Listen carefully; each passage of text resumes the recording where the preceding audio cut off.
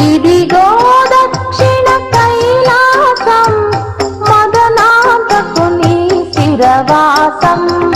ఇదిగో దక్షిణ కైలాసం మదనాంతకుని శిరవాసం.